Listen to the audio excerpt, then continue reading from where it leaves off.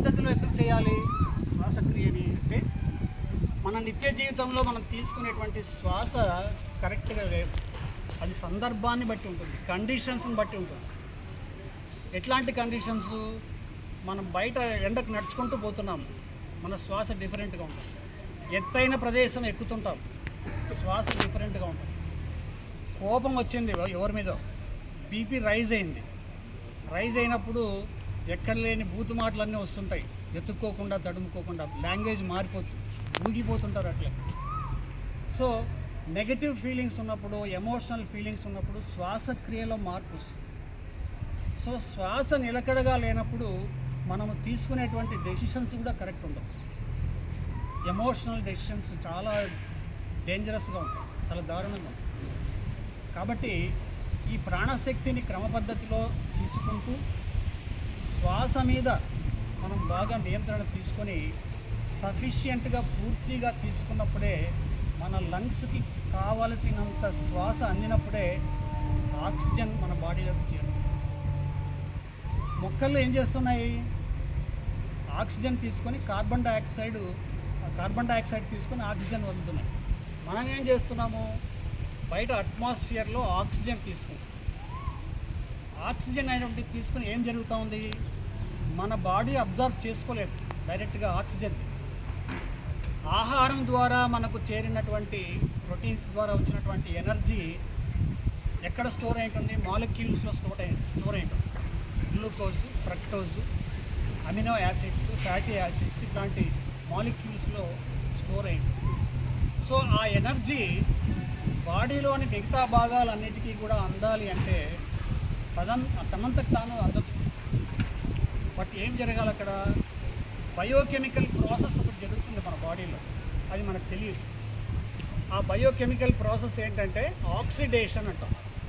మనము తీసుకునేటువంటి ఆక్సిజన్ ఆ మాలిక్యూల్స్ ఉన్నటువంటి ఎనర్జీతో కలిసి బ్లడ్ ద్వారా, రక్త ప్రసరణ ద్వారా శరీరంలోని అన్ని భాగాలకి కూడా ఈ శక్తి అందిస్తుంది. సో ఆక్సిడేషన్ అనేటువంటి ప్రాసెస్ జరగాలి అంటే మనం ఆక్సిజన్ సఫిషియెంట్గా తీసుకోవాలి. మనం మామూలుగా తీసుకుంటున్నామా? లేదు. షాలో బ్రీత్ అంటాం.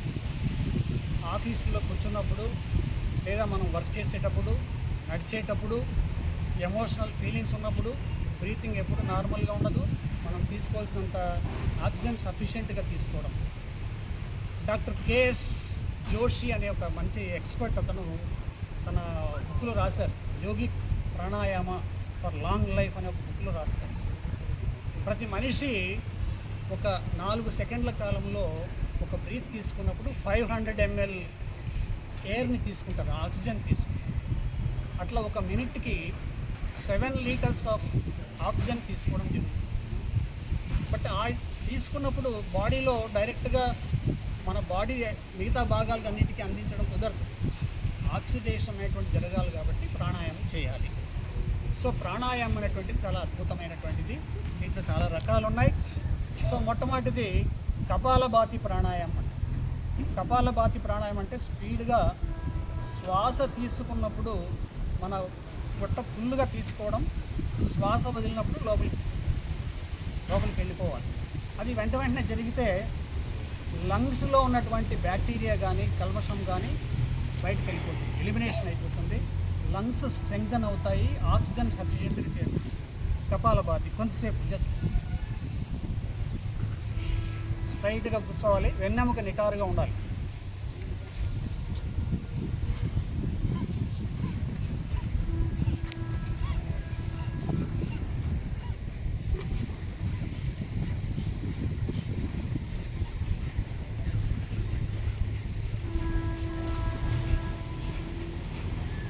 అట్లా 20 సెకండ్స్ మినిమం ఆ 30 సెకండ్స్ అయినా చేయాలి. ఇది కపాలభాతి. నెక్స్ట్ అనులోమ విలోమ ప్రాణాయామం. అనులోమ విలోమ ప్రాణాయామం అన్నప్పుడు మనకి ఇక్కడ శ్వాస తీసుకోవడము ఒక ముక్కుతో, అంటే ఇక్కడ కుడివైపున సూర్యనాడి అంటాం, ఎడమవైపున చంద్రనాడి అంటాం, ఇడా పింగళ అంటాం, ఇడానాడి పింగళనాడి. సో మనం ఇక్కడ ఇట్లా శ్వాస తీసుకొని కుడివైపు నుంచి ఆపకుండా వదిలేయడం. మళ్ళీ ఎడమ ముక్కుతో శ్వాస తీసుకొని కుడి ముక్కులో వదలాలి.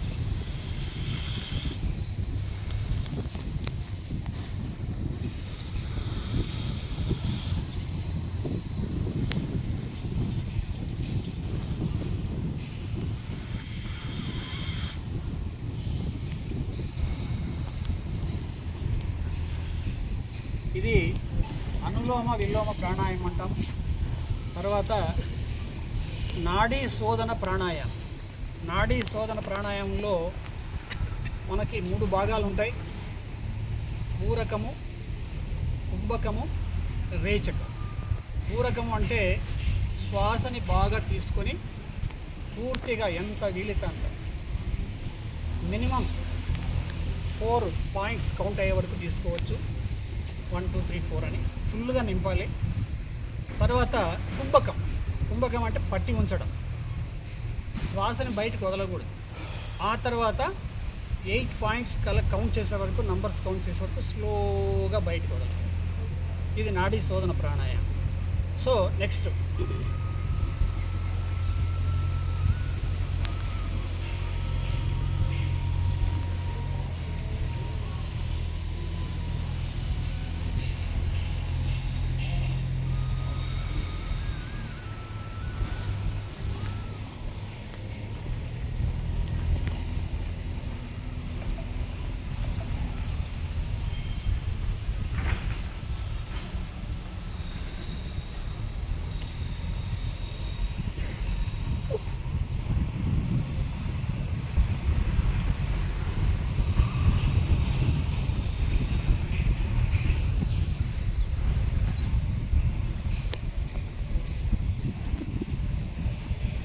ఆ విధంగా కనీసం 20 సెకండ్స్ 30 సెకండ్స్ చేయాలి. జలుబు చేసినప్పుడు చేయకూడదు, ఎందుకంటే ఖర్చు దగ్గర పెట్టుకోవాల్సి వస్తుంది. ముక్కులో నుంచి ప్రాబ్లమ్స్ వస్తాయి కాబట్టి జలుబు చేసినప్పుడు చేయకుండా ఉంటుంది. అట్లాగే ఇన్ఫెక్షన్స్ కానీ జ్వరం చేయకుండా వెన్నెముక నిటారుగా ఉంచి నెక్స్ట్ భ్రామరి